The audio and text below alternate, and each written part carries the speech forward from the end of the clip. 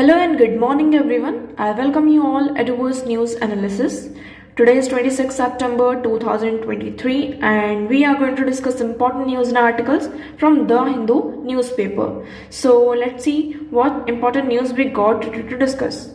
So before starting the video, for PDF join Telegram channel at Worst News Analysis. Link आपको description box में provided है. Make sure video को last तक देखें so that सारी important news आपकी यहाँ पर कवर हो.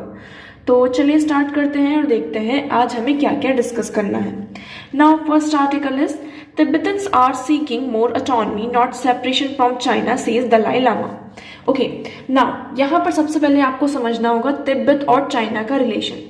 तिब्बत एक क्या है, अलग कंट्री थी पहले, है ना, और चाइना की जो एक्सपेंशनिस्ट पॉलिसी थी उसके अंदर चाइना ने क्या किया, तिब्बत पर इन्वेजन किया और 1959 में चाइना ने क्या किया, तिब्बत को अपने कंट्रोल में ले लिया. ठीक है, उसी के टाइम से मतलब जब यहाँ पे चाइना क्या कर रहा था, तिब्बत पर अटैक कर रहा था, उसको अपने कंट्रोल में लेना चाह रहा था, तो यहाँ पर बहुत सारे इश्यूज होते हैं, है ना. तो जो लोग थे, बुद्धिस्ट कम्युनिटी के लोग थे, बहुत सारे लोग चाइना मतलब तिब्बत से भागकर इधर उधर यहाँ पर जा रहे थे.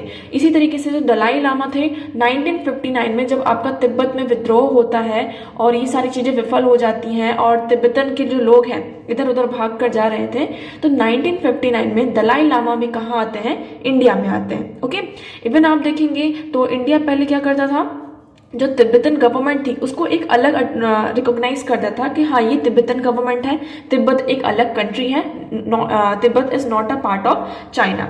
लेकिन अभी हमें क्या दिखाई दे रहा है कि चाइना की इस टाइम की जो पॉलिसी है वो ज्यादातर किसके ऊपर जा रही है, आपकी सॉफ्ट पावर की तरफ जा रही है.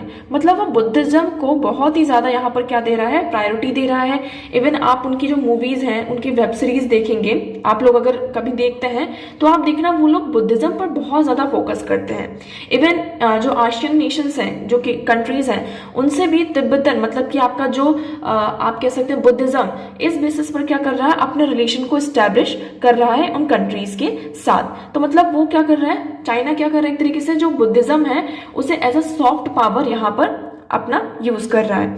तो इसी के चलते आप देख रहे होंगे कि अभी दलाई लामा की एक न्यू स्टेटमेंट आई है. उन्होंने इस स्टेटमेंट में ये कहा है कि Tibetans are seeking more autonomy. उन्होंने ये कहा कि जो तिब्बतन्स हैं वो ऑटोनॉमी को सीख कर रहे हैं कि उन्हें ज्यादा से ज्यादा क्या दी जाए, ऑटोनॉमी दी जाए, नॉट सेपरेशन फ्रॉम चाइना. वो चाइना से एक तरीके से सेपरेशन नहीं चाहते हैं, वो सिर्फ ऑटोनॉमी चाहते हैं. तो अगर ऐसा कुछ होता है तो एक तरीके से क्या हो रहा है, वहां पर चाइना की जो सॉफ्ट पावर है बुद्धिज्म को लेकर, जो बुद्धिज्म का यूज करके वो सॉफ्ट पावर स्टैब्लिश करना चाह रहा है, तो चाइना उसमें धीरे धीरे हमें सक्सेसफुल होता हुआ नजर आ रहा है. ओके, सो आई होप ये आर्टिकल आपको यहाँ से क्लियर होगा. चलिए आगे बढ़ते हैं और देखते हैं आज का हमारा नेक्स्ट आर्टिकल. बट उससे पहले हम डिस्कस करेंगे क्वेश्चन. नाउ पहला क्वेश्चन क्या है, due to some reason if there is a huge fall in population of species of butterflies what could be its likely consequences. तो हमें ये बताना है कि अगर बटरफ्लाई की जो स्पीशीज है उनकी पॉपुलेशन में क्या होता है, फॉल होता है, कमी आती है, तो उसके क्या क्या कॉन्सिक्वेंसेस हो सकते हैं. आई होप आपको क्वेश्चन यहाँ पे क्लियर हो रहा होगा कि आपकी जो तितलियां हैं, बटरफ्लाई तितलियां, इनकी स्पीशीज में मतलब इनकी जो जनसंख्या है, पॉपुलेशन में कमी आती है, गिरावट आती है, तो इसके क्या क्या परिणाम हो सकते हैं, क्या क्या कॉन्सिक्वेंसेस हो सकते हैं. आपके पास तीन ऑप्शन है. फर्स्ट इज क्या है, pollination of some plants could be adversely affected. यहाँ पर जो प्लांट्स में पॉलिनेशन होता है उसको वो अफेक्ट करेगा. Second, there could be a drastic increase in the fungal infection of some cultivated plants.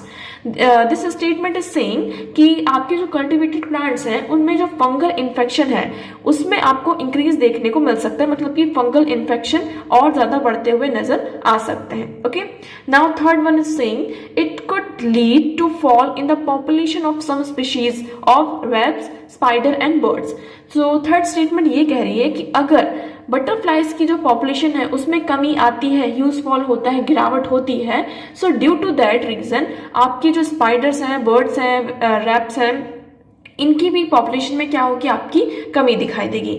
सो आप लोग को क्या करना है, यहाँ पर वीडियो को पॉज करना है, देन इस क्वेश्चन का आंसर आप लोगों को कमेंट सेक्शन में यहाँ पर देना है. आपके पास ऑप्शन क्या क्या है, 1 only, 2 and 3 only, 1 and 3 only, 1, 2 and 3. Okay, so pause the video and इस क्वेश्चन का आंसर आप लोग फटाफट कमेंट सेक्शन में पहले देंगे। देखिए, हम फर्स्ट स्टेटमेंट की बात करते हैं। सो फर्स्ट स्टेटमेंट आपके यहाँ पर करेक्ट हो जाती है। अगर बटरफ्लाइज की स्पीशीज में उनकी पॉपुलेशन में कमी आती है तो ये क्या करेंगे, जो आपका पॉलिनेशन होता है प्लांट्स में उसको अफेक्ट करेगा। ओके, तो आप लोगों को ये याद रखना, पॉलिनेशन यहाँ पर क्या होता है, क्योंकि ये क्या करते हैं, जो बटरफ्लाइज होते हैं और छोटे छोटे ये आपके हनी बीज हो गए, बटरफ्लाइज, ये जो छोटे छोटे इंसेक्ट्स होते हैं ना, ये क्या करते हैं, आपके जो पॉलन ग्रेन्स है उसको एक प्लांट से लेकर दूसरे प्लांट तक लेकर जाते हैं, जिससे यहाँ पर क्या होता है, आपका पॉलिनेशन होता है। तो अगर यहाँ पर स्पीशीज में कमी आती है, उनकी पॉपुलेशन में आपका ह्यूज फॉल होता है, तो ये एडवर्सली अफेक्ट करेगा पॉलिनेशन के प्रोसेस को। So first statement is correct. Second हम कह रहे हैं there could be a drastic increase in fungal infection of some cultivated plants. So इस सेकंड स्टेटमेंट आपकी इनकरेक्ट है, क्योंकि हमारे पास ऐसा कोई भी डेटा नहीं है जिससे हम ये प्रूव कर सकें कि अगर बटरफ्लाइज की स्पीशीज में ह्यूज फॉल होता है तो इससे आपका फंगल इन्फेक्शन इंक्रीज होगा। तो ये स्टेटमेंट आपका इनकरेक्ट हो जाता है। Third one is it could lead to fall in the population of some species. Yes, third statement is also correct, because जो बटरफ्लाइज है, बहुत सारी जो आपकी जैसे स्पाइडर्स हो गए, बर्ड्स हो गए, इनका क्या है, फूड है। क्या है, फूड है। अगर यहाँ पर बटरफ्लाइज की पॉपुलेशन में क्या होता है, ड्रास्टिक चेंज आता है, डिक्रीज होता है, तो ये जो फूड चेन है वो क्या होगी, यहाँ पर चेंज होगी और इनकी जो पॉपुलेशन है स्पाइडर्स की, बर्ड्स की, उनमें भी हमें ह्यूज फॉल देखने को मिलेगा। सो आपके दो स्टेटमेंट करेक्ट है, फर्स्ट एंड थर्ड। तो आपका राइट ऑप्शन होता है यहाँ से 1 and 3 ओनली। सो आप यहाँ पर भी देख सकते हैं, एक बार आपके पास एक्सप्लेनेशन दिया हुआ है कि बटरफ्लाइज क्या करते हैं, की रोल प्ले करते हैं in the pollination. They transfer pollen grains from one flower to another, thus helping in fertilization of plants. ये प्लांट्स में फर्टिलाइजेशन की जो प्रोसेस होती है उसमें हेल्प करती हैं। A decline in butterfly population could lead to pollination being adversely affected. तो अगर बटरफ्लाई की पॉपुलेशन में डिक्लाइन होता है, so that could lead to pollination being adversely affect. आपकी जो पॉलिनेशन की प्रोसेस होती है उसको भी अफेक्ट करेगा। Okay, now as there are no reasons not proven for a drastic increase in the fungal infection of some cultivated plants। हमारे पास यहाँ पे कोई प्रूवन नहीं है और कोई रीजन नहीं है जिस बेसिस पर हम ये बता सके कि अगर डिक्लाइन होता है बटरफ्लाइज की पॉपुलेशन पे तो that could lead to increase in the fungal infection of some cultivated plants. Okay, now third one हमने क्या किया था कि fall in population of some species like spider and birds. So butterfly is a important source of food for many species, है ना, like birds, spiders. सो अगर उनकी population में डिक्लाइन होता है, so that could also lead to the fall in the population of these predators. So आपकी first and third statement क्या हो जाती है, यहाँ से करेक्ट हो जाती है और second statement incorrect. Now next move करते हैं, आपका नेक्स्ट क्वेश्चन है, now at the national level which ministry is the nodal agency to ensure effective implementation of the scheduled tribe and other traditional forest dweller recognition of forest right act 2006। इसमें से हमें ये बताना है कि आपका क्या है, scheduled tribe and other traditional forest dweller recognition of forest rights act 2006। आपका फॉरेस्ट राइट एक्ट है 2006 का, इसका इफेक्टिव इम्प्लीमेंटेशन किस इंडस्ट्री के, मतलब किस मिनिस्ट्री के द्वारा किया जाता है at a national level. In ministry of environment, forest and climate change, ministry of panchayat, ministry of rural development, ministry of tribal affairs. So pause the video and question number second का answer भी आप लोग comment section में करेंगे। इस question का answer आप लोगों को वीडियो के लास्ट में दिया जाएगा, so make sure you are watching the video till the end. Okay, next question क्या है आपका, biological oxygen demand is standard criteria for.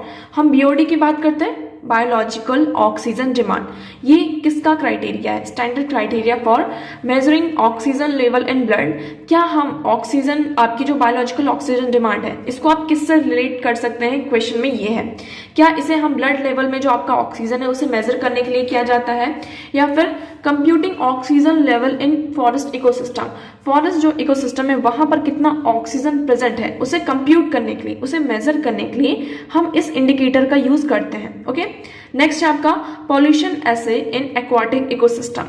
आपका जो एक्वाटिक इकोसिस्टम है वहां पर पॉल्यूशन कितना है है ना, उसका आंकलन करने के लिए, उसका मेजरमेंट करने के लिए हम बीओडी का यूज करते हैं। नेक्स्ट है आपका assessing oxygen level in high altitude region. आपके जो हाई एल्टीट्यूड रीजन है वहां पर ऑक्सीजन को एसेस करना, मतलब कि उसका आकलन करना, मेजर करना, इसके लिए हम क्या करते हैं, बायोलॉजिकल ऑक्सीजन डिमांड इसका यूज करते हैं। सो राइट ऑप्शन क्या होगा, please let me know in the comment section. चलिए मूव करते हैं नेक्स्ट आर्टिकल की तरफ। सो हमारा नेक्स्ट आर्टिकल है now G20 diplomacy and a shifting world order. अब देखिए आपका ये G20 है, अभी ये G20 कुछ दिन तक और चलेगा। जितने भी यहाँ पर आपके जो राइटर्स हैं सब लोग अपनी अपनी तरह से यहाँ पर G20 के क्या क्या आउटकम्स निकले हैं, कितना बेनिफिशियल ये रहा है ना, इससे हमें क्या क्या फायदे हुए हैं, क्या क्या इंडिया की क्या पोजीशन रही है, ये सारी चीजों पर डिस्कस किया जाएगा। हमने कई बार इसे डिस्कस किया है, एक बार फिर से करते हैं। इस आर्टिकल में ये कहा जा रहा है कि G20 diplomacy and shifting world order. हम G20 डिप्लोमेसी की बात करेंगे और जो वर्ल्ड ऑर्डर में शिफ्ट हमें देखने को मिल रहा है इस टाइम पर, उसकी हम बात करेंगे। तो आपकी दो चीजें होगी। सबसे पहले हम बात करें G20 की। G20 के क्या क्या आउटकम्स हैं। तो सबसे पहला जो आपका आउटकम क्या निकल कर आता है कि हमने यहाँ पर क्या किया है, आपका जो दिल्ली डिक्लेरेशन है उसे साइन करवाया। दिल्ली डिक्लेरेशन का साइन होना इतना ज्यादा आपका मतलब न्यूज में क्यों है कि दिल्ली डिक्लेरेशन साइन हुआ, और भी तो पहले बहुत सारे डिक्लेरेशन साइन हुए हैं। दिल्ली डिक्लेरेशन का साइन होना, यहाँ पर कंसेंसस बिल्ड करना, ये सबसे बड़ी आपकी क्या कह सकते हैं जो चैलेंज था हमारे सामने, वो हमने क्या किया, इसको पूरा किया है। ठीक है, कंसेंसस कैसे बिल्ड होना आप यहां पर देखेंगे। जो आपका बाली समिट हुआ था, हम किसकी बात कर रहे हैं, 2022 में बाली समिट हुआ था, वहां पर जो डिक्लेरेशन था वो साइन नहीं हो पाया था। चाइना भी उससे यहाँ पर उसके चाइना के कंसेंसस नहीं बन पा रहे थे, रशिया के यहाँ पे कंसेंसस नहीं बन पा रहे थे, इवन रशिया के ऊपर यहाँ पे आपके बहुत सारे एलिगेशंस भी लगाए गए थे, एग्रेशन था इन सारी चीजों के ऊपर। तो आपका जो बाली में डिक्लेरेशन था वो साइन नहीं हो पाया था। बट इंडिया में आप देखेंगे G20 कैसा प्लेटफॉर्म है। G20 एक ऐसा प्लेटफॉर्म है जहां पर आपको वेस्टर्न कंट्रीज दो ग्रुप दिखाई देते हैं। एक होता है जहां पर यूएस से लेड आपको वेस्टर्न ग्रुप दिखाई देता है, और दूसरा यहाँ पर चाइना और रशिया, चाइना एंड रशिया वाला जो अलायंस है, ग्रुप है, वो हमें नजर आता है। अब ये दोनों अलग अलग, टोटली आप सभी को पता है कि ये दोनों एक दूसरे से यहाँ पर खुश नहीं है, एक दूसरे को एक तरीके से आप कह सकते हैं कट्टर दुश्मन की तरह है। इनके बीच में कंसेंसस बिल्ड करना, हर एक चीज पर जो हम यहाँ पर काम कर रहे हैं वहां पर सहमति होना, ये हमारे लिए सबसे बड़ा टास्क था हमारा। हमने इस टास्क को क्या किया, पूरा किया। तो सबसे बड़ा जो हमारा आउटकम निकल कर क्या आया कि जो कन्फ्लिक्टिंग पार्टीज, सिर्फ ये हम यूएस और रशिया चाइना की बात नहीं कर रहे हैं, इसमें और भी कंट्रीज आपकी जो हम वेस्टर्न वर्ल्ड की बात करते हैं, आपकी जो गल्फ नेशंस हैं वो भी यहाँ पर इंक्लूड है। तो इन सब के बीच में कंसेंसस बिल्ड होना, ये हमारे लिए क्या था, सबसे बड़ा चैलेंज था। तो दिल्ली डिक्लेरेशन साइन हुआ, उसके बारे में बात की। हम जो बात करते हैं one earth one family and one future की, है ना, ये जो प्राइम मिनिस्टर नरेंद्र मोदी जी के द्वारा ये आपका जो फ्रेज रखा जाता है, one earth one family one future, तो इसको हम एक तरीके से क्या कह रहे हैं कि इसको अचीव करने में, जो टारगेट है हमारा, उसको अचीव करने में हम धीरे धीरे आगे बढ़ रहे हैं। सेकेंड चीज आप यहाँ पर देखेंगे, सेकेंड आपका क्या निकल कर आता है, India middle east Europe economic corridor, है ना। आपका सेकंड चीज यहां पर निकल कर आती है कि India middle east Europe economic corridor plan, ये अनाउंस किया गया G20 समिट के दौरान। इसमें चाइना ने भी इसको यहां पर क्या कहा, देखिए चाइना ने इसको भी प्रेस किया कि हाँ कि G20 का यहाँ पर क्रिएशन क्यों हुआ था, G20 क्यों बना था। G20 यहाँ पर मेनली बना था जो भी वर्ल्ड में इकोनॉमिक क्राइसिस हो रहे थे उससे लीड करने के लिए, है ना, उससे डील करने के लिए यहाँ पे G20 बना था। पर धीरे धीरे हम क्या देख रहे थे कि G20 का जो रुख था, एक तरीके से जो उसका मोटिव था, एम था, वो यहाँ पर चेंज होकर क्या कहाँ जा रहा था, जियो पॉलिटिकल एंगल की तरफ जा रहा था, पॉलिटिक्स की तरफ, यहाँ पर जियो पॉलिटिक्स की तरफ मूव हो रहा था। लेकिन जैसे ही यहाँ पर ये जो प्लान है हमारा India middle east Europe economic corridor, इसमें आपको वर्ड याद रखना है, इकोनॉमिक कॉरिडोर। तो ये जो इकोनॉमिक कॉरिडोर है, तो चाइना ने इसको प्रेज करते हुए ये कहा है कि हाँ, इंडिया ने यहाँ पर जो आपका इसका एम था, ऑब्जेक्टिव था, इकोनॉमिक्स पर ज्यादा फोकस करना, फाइनेंस पर ज्यादा फोकस करना, इस पर डील किया गया। ठीक है, सेकंड नेक्स्ट आप देखेंगे आपका जो अफ्रीकन यूनियन है, अफ्रीकन यूनियन का यहाँ पे इंक्लूजन होना G20 में, ये हमारे लिए सबसे बड़ा चैलेंज था, है ना। इसका यहाँ पे इंक्लूजन होना, इसका मतलब क्या है कि इंडिया क्या कर रहा है, आपकी जो साउथ ग्लोबल साउथ है उसकी एक तरीके से वॉइस बनकर सामने निकल रहा है, लेकिन इसको चाइना के द्वारा रिकॉग्नाइज नहीं किया जा रहा है। इस चीज को चाइना एक तरीके से कैसे देख रहा है कि हाँ, फाइनेंशियल इंस्टीट्यूशन की हम बात कर रहे हैं, इकोनॉमिक एक्टिविटीज की बात कर रहे हैं, तो यहाँ पर ये सारी चीजें होना नॉर्मल है। ओके, नेक्स्ट अगर हम बात करेंगे और भी चीज, जैसे कि हमने यहाँ पर टेररिज्म पर बात करी, हमने यहाँ पर क्लाइमेट चेंज के ऊपर बात की, और नेक्स्ट आपका क्या जाता है कि फाइनेंस पर हमने यहाँ पर क्या की, बातचीत की। तो ये आपके कुछ आउटकम्स निकल कर आते हैं G20 के। अब हम बात करते हैं सेकंड पार्ट की, इस आर्टिकल के सेकंड पार्ट की। ये आर्टिकल का सेकंड पार्ट क्या है कि हमारा जो वर्ल्ड ऑर्डर है वो शिफ्ट हो रहा है। पहले हमें क्या देखने को मिलता था, दो फ्रैक्शन देखने को मिलते थे। एक फ्रैक्शन आपका क्या था, यूएस लेड था, दूसरा यहाँ पर आपका क्या था, रशिया लेड था, है ना, रशिया लेड था, और फर्स्ट वाला आपका यूएस लेड था। लेकिन अभी जो वर्ल्ड ऑर्डर है वो शिफ्ट हो रहा है। रशिया के साथ यहाँ पर कौन आ गया, आपका चाइना आ गया है। और धीरे धीरे अगर आप लोग ध्यान से अगर न्यूज फॉलो कर रहे हैं तो आपको समझ में आ रहा होगा, नॉर्थ कोरिया जो है आपका, वो भी क्या हो रहा है, उसकी मीटिंग यहाँ पे रशिया के साथ हो रही है, आर्म्स एंड एम्यूनिशंस का सप्लाई यहाँ पर किया जा रहा है। तो नॉर्थ कोरिया के साथ भी यहाँ पर क्या हो रहे हैं, आपके रिलेशन बिल्ड हो रहे हैं। तो एक तरीके से यहाँ पर एक फ्रैक्शन कौन सा है आपका, रशिया, चाइना, नॉर्थ कोरिया, और भी इसमें बहुत सारी कंट्रीज इंक्लूड हो रही हैं। दूसरा फ्रैक्शन आपका आ जाता है यूएसए, ओके, और जितने भी आपकी वेस्टर्न कंट्रीज यहाँ पर आती हैं। तो आप यहाँ पर देख रहे हैं कि हम फिर से जो 2 ब्लॉक्स था उसकी तरफ रिटर्न हो रहे हैं। सो ineluctably the character of G20 has been changing in recent year. Contrast the role of G20 during the 2008 and 9 economic crisis. यहाँ पर G20 का मेन रोल क्या था कि इकोनॉमिक क्राइसिस से डील करना। Leading economics try to find ways and means to prevent the world from plunging into the prolonged economic crisis. Main role ये था कि G20 का अगर हम ऑब्जेक्टिव देखें तो जो इकोनॉमिक क्राइसिस उसमें वर्ल्ड यहाँ पर ना फंसे, दुनिया यहाँ पर इकोनॉमिक क्राइसिस में ना फंसे, इसलिए यहाँ पर G20 आपका आता है। बट धीरे धीरे हम क्या देख रहे हैं कि जो ग्लोबल पॉलिटिक्स कन्फ्लिक्ट है ना, और नेचर का जो ग्लोबल इकोनॉमिक लैंडस्केप है वो यहाँ पर धीरे धीरे कम हो रहा है, और जो जियो पॉलिटिकल आपका ग्लोबल पॉलिटिक कन्फ्लिक्ट है वो मेन फोकस बनता जा रहा है हमारे G20 का। ओके, सो ये यहाँ पर हो गया। तो देखिए हमने अभी जो 2 कैंप्स की बात करी, one led by West and one led by China and Russia, have already earn the soft frequent enduring rivals engaged in a battle of global supremacy। तो यहाँ पर जो आपके 2 ग्रुप्स हैं ऑलरेडी यहाँ पर इंगेज हो चुके हैं ग्लोबल सुप्रीमेसी में कि कौन यहाँ पर ज्यादा आपका सुप्रीम है। तो आपका यहाँ पर रूल बेस्ड वर्ल्ड ऑर्डर यहाँ पर आपका बनता हुआ नजर आ रहा है। फिर से हमें यहाँ पर ये कहा जा रहा है कि हमें एक नॉन अलाइनमेंट की तरफ मूव करना होगा। जो हमारा ब्लो था, कॉन्सेप्ट था नॉन अलाइनमेंट का, लेकिन आज का टाइम ऐसा है कि हम ऐसा नहीं कह सकते कि सिर्फ हम चाइना की तरफ चले जाएं या फिर हम यूएस की तरफ चले जाएं, वेस्ट की तरफ चले जाएं। यहाँ पर चाइना भी हमारा क्या है, एक बॉर्डरिंग कंट्री है। चाइना क्या है, इंडिया की बॉर्डरिंग कंट्री है। तो चाइना के साथ अगर हमारे रिलेशन खराब होते हैं, अगर हमारी बॉर्डरिंग नेबरिंग कंट्रीज के साथ यहाँ पर रिलेशन खराब होते हैं, तो हम कैसे इंश्योर कर सकते हैं कि दूर दराज में बैठे कंट्रीज के साथ भी हमारे रिलेशन अच्छे होंगे।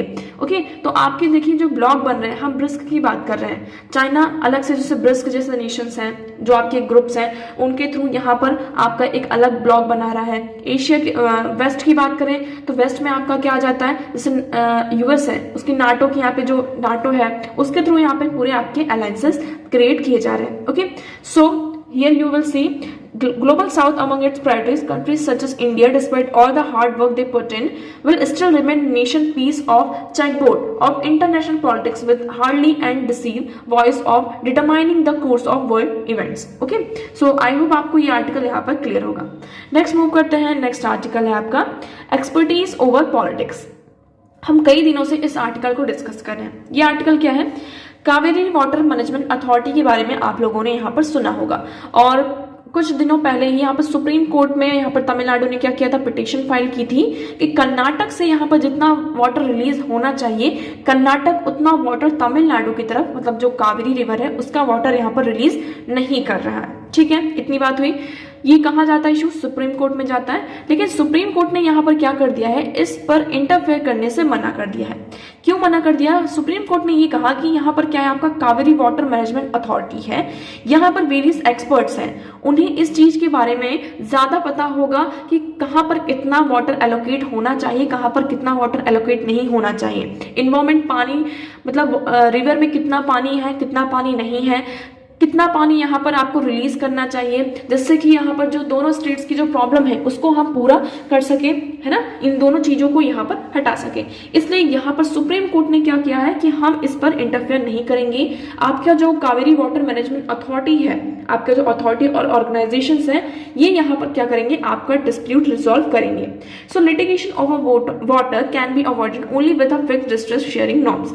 अभी तक यहाँ पर एक्चुअली हुआ ये था कि कावेरी जो आपका कावेरी वाटर मैनेजमेंट अथॉरिटी है, उनसे ये कर्नाटक से ये डायरेक्ट किया गया था कि आपको 27 दिसंबर तक 500 क्यूबिक फीट जो आपका क्यूसेक होता है, तमिलनाडु को इतना वाटर रिलीज करना है। लेकिन तमिलनाडु ने ऐसा नहीं किया। उन्होंने ये कहा कि अभी बहुत ज्यादा पानी की कमी हो रही है, बारिश इतनी नहीं हुई है, तो पानी की यहाँ पर क्या हो रही है, कमी हो रही है, शॉर्टफॉल हो रहा है, जिसकी वजह से हम यहाँ पे वाटर को रिलीज नहीं कर सकते। ओके, तो ये पूरा चीज यहाँ पे प्रोटेस्ट किया जाता है तमिलनाडु के द्वारा, और ये पूरा केस आपका सुप्रीम कोर्ट में जाता है। बट सुप्रीम कोर्ट ने यहाँ पर ये कहा कि जो आपकी अथॉरिटी है, कावेरी वाटर मैनेजमेंट अथॉरिटी है, और CWRC रेगुलेटिंग यहाँ पर जो बॉडी है, कमिटी है, regulation body, Kaveri water regulation committee, ये इनकी मीटिंग होगी और ये लोग ही क्या करेंगे, आपका जो डिस्प्यूट है उसको रिजॉल्व करेंगे।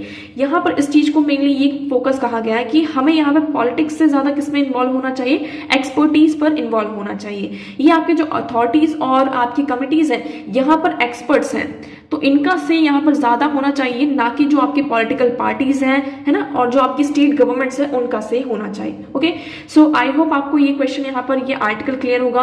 अब इससे हमारे लिए क्या इंपॉर्टेंट निकल कर आता है, आपके लिए निकल कर आता है river water dispute, inter state river water dispute, ये क्वेश्चन निकल कर आता है। सेकंड चीज, आप सभी को पता है कि हमारे कॉन्स्टिट्यूशन में inter state river water dispute को लेकर प्रोविजंस दिए गए हैं कि आपका पार्लियामेंट यहाँ पर क्या करेगा, लॉ बनाएगा। बट स्टिल हमें अभी भी एट प्रेजेंट में ये जो डिस्प्यूट्स हैं ये रिजॉल्व होते हुए नजर नहीं आ रहे हैं। तो हम यहाँ पर और क्या कर सकते हैं जिससे कि जो ये डिस्प्यूट है मतलब कि रिसोर्सेस को लेकर स्टेट्स के बीच में, उसे हम कैसे रिजॉल्व कर सकते हैं। तो इस तरीके से आप यहाँ पर क्वेश्चन क्रिएट कर सकते हैं। नेक्स्ट हम मूव करते हैं, हमारा नेक्स्ट आर्टिकल है चिल्ड्रन अ की येट मिस्ड डेमोग्राफिक इन AI regulation. Okay, now artificial intelligence, आप सभी को पता है इसके बारे में, आर्टिफिशियल इंटेलिजेंस के क्या क्या एडवांटेजेस हैं और क्या क्या डिसएडवांटेजेस हैं, ये भी आप लोगों को यहाँ पर पता है। और हमारा आने वाला फ्यूचर आर्टिफिशियल इंटेलिजेंस के बेस्ड पर ही होगा, आर्टिफिशियल इंटेलिजेंस का ही होगा। अब जैसा जैसा यहाँ पर आर्टिफिशियल इंटेलिजेंस आ रहा है, अब हमें उसे रेगुलेट करने की भी क्या है, जरूरत है। अगर हमने इसको रेगुलेट नहीं किया तो इसके जो डिसएडवांटेजेस हैं, इसके जो कॉन्सिक्वेंसेस हैं, वो हमें देखने को मिल सकते हैं। और इसमें सबसे ज्यादा वल्नरेबल कौन है, आपके चिल्ड्रन। तो हमें आप जो भी रेगुलेशन यहाँ पर लेकर आए हैं, रूल्स लेकर आएंगे, तो उसमें बच्चों को खास ध्यान हमें रखना पड़ेगा। नाउ अभी यहाँ पर क्या होने वाली है, फर्स्ट एवर ग्लोबल समिट होने वाली है आर्टिफिशियल इंटेलिजेंस की, जिसको इंडिया यहाँ पर होस्ट करेगा। आपको पहली चीज ये याद रखनी है, अक्टूबर में ये समिट होगी, global summit on artificial intelligence. This is the first ever global summit which is hosted by the India. Now additionally यहाँ पर हम देखेंगे global partnership on artificial intelligence, इसको कौन चेयर कर रहा है, आपका इंडिया ही चेयर कर रहा है। ठीक है, ये भी आपकी ग्लोबल समिट है जो कि दिसंबर में होगी। तो ये दोनों इवेंट्स बहुत ही स्ट्रेटेजिक इंपॉर्टेंस रखते हैं आर्टिफिशियल इंटेलिजेंस के लिए, as it is projected to add $500 billion to India's economy by 2025, accounting for 10% of the country's target GDP।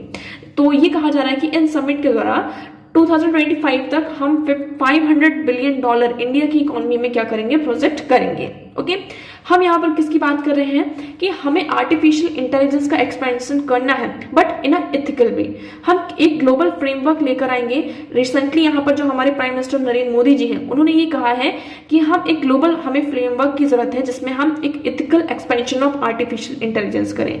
ये इंडिया के लिए एक बहुत अच्छी अपॉर्चुनिटी है, जिससे हम ग्लोबल साउथ के लिए भी एक अपॉर्चुनिटी की तरह सामने निकल कर आता है। हम ऐसा सेट ऑफ पॉलिसी लेकर आ सकते हैं जिससे हम एथिकली यहाँ पर आर्टिफिशियल इंटेलिजेंस को क्या करें, रेगुलेट करें।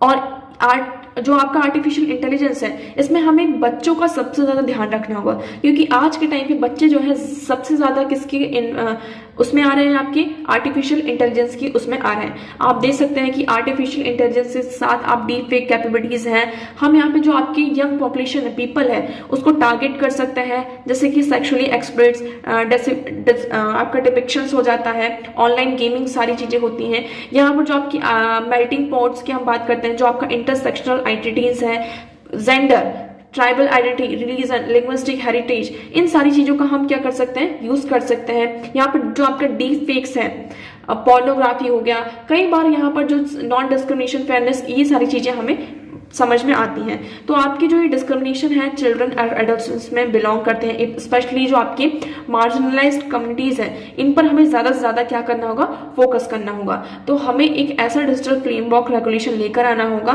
जिसमें जो बच्चों के लिए क्या हो, उसमें बच्चों का इंटरेस्ट सबसे ज़्यादा यहाँ पर हो। So here you will see it also bans tracking the children data by default, which can potentially cut them away from the benefits of personalization that we experience online. So how can the upcoming Digital India Act better protect children's interest when interacting with artificial intelligence? So this is a question for you.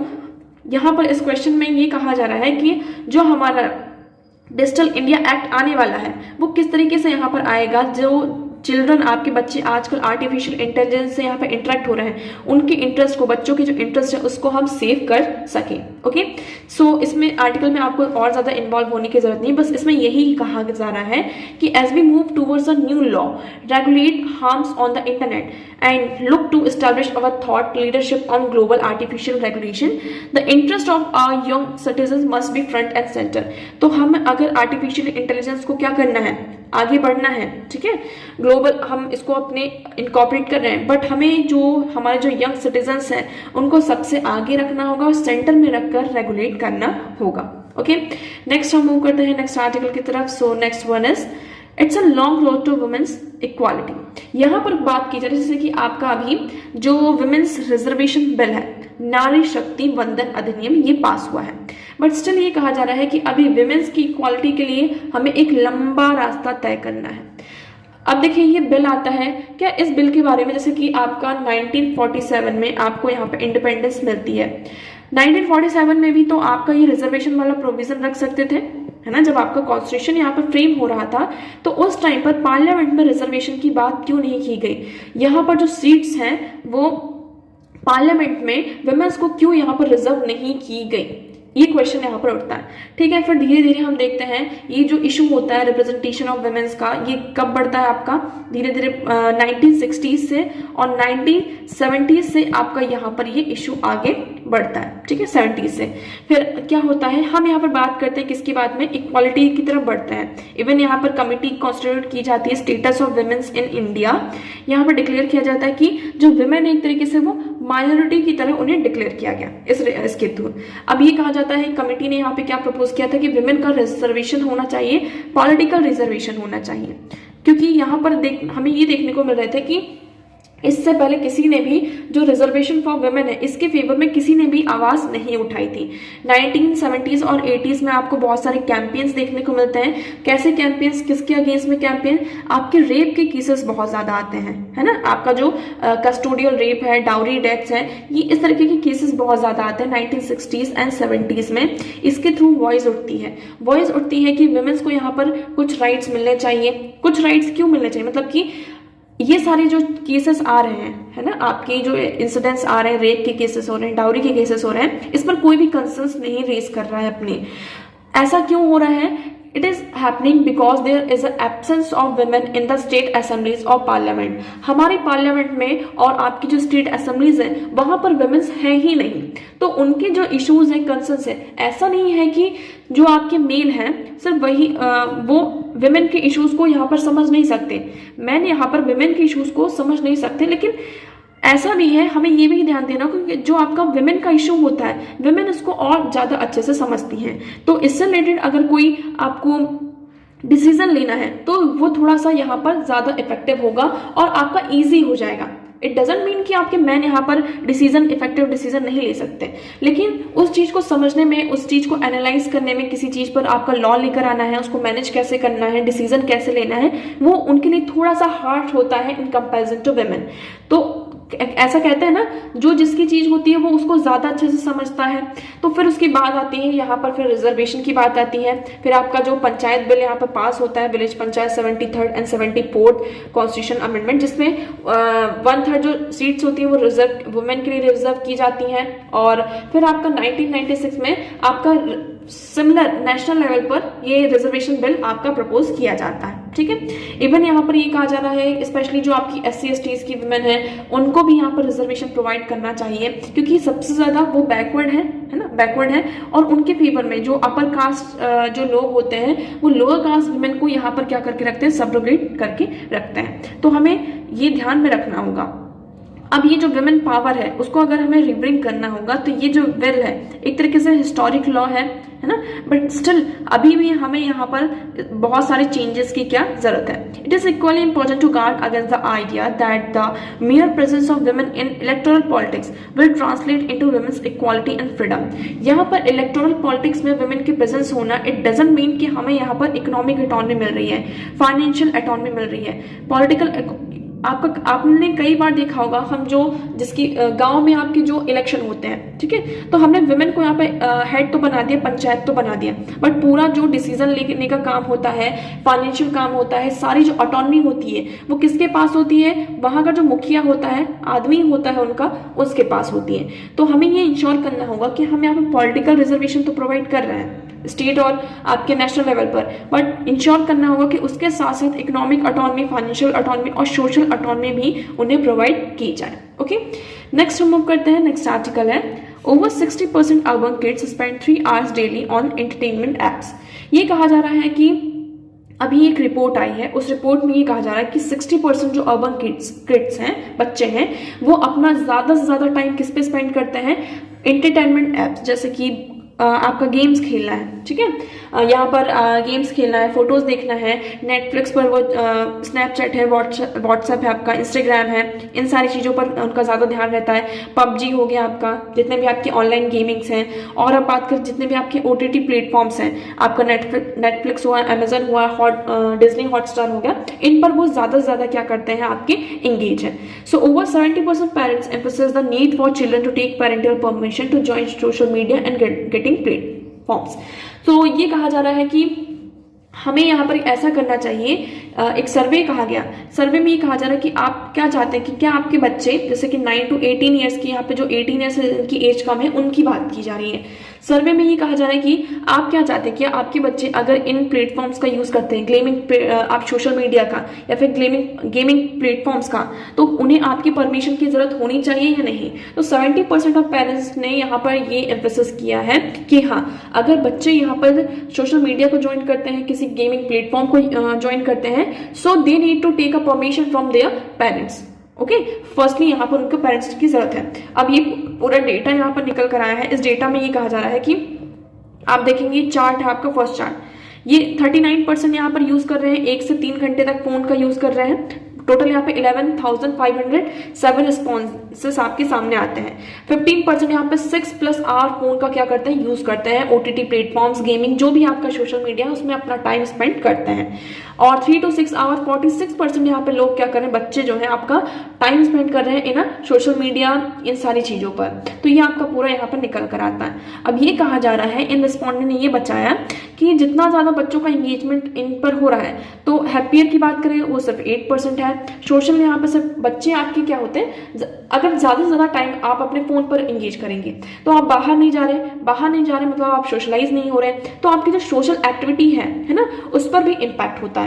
बच्चे बहुत ज्यादा impatient हो रहे हैं, aggressive हो रहे हैं, depression का शिकार हो रहे हैं, हाइपर एक्टिव हो जाते हैं, छोटी छोटी बातों पर ही वो बहुत ज्यादा एक्टिव हो जाते हैं। तो ये सारे इम्पैक्ट हमें देखने को मिल रहे हैं हमारे बच्चों के ऊपर। सो मेक श्योर बच्चों को हम ज्यादा यहाँ पर फोन ना दें, कितना दें, क्या है उसमें यूज कर रहे हैं, इन चीजों का हमें ध्यान रखना होगा। ओके, सो नेक्स्ट मूव करते हैं।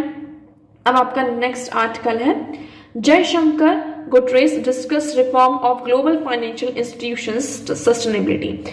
अब यहाँ पर बात की जा रही है आपका क्या यहाँ पे 78 सेशन हुआ था किसका, यूएन जनरल असेंबली का।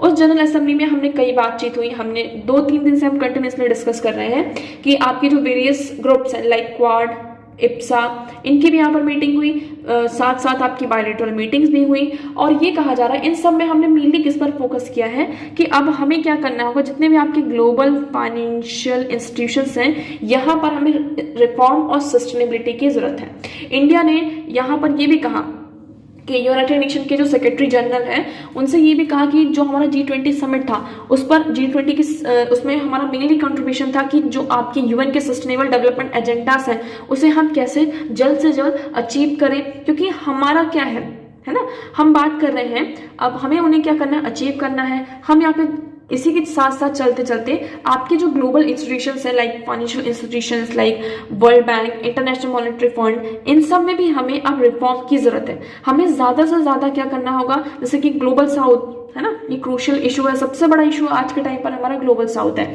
तो जो मल्टीलैटरिज्म है हमने G20 में भी रिफॉर्म किया, हमने यहाँ पर अफ्रीकन यूनियन का इंक्लूजन कहाँ किया, G20 में किया। जब G20 में अफ्रीकन यूनियन का इंक्लूजन हो सकता है तो हमारे जो ये यूएनएससी है, जनरल असेंबली है, यूएन की जनरल असेंबली, वहां पर रिफॉर्म्स क्यों नहीं हो सकते हैं, है ना।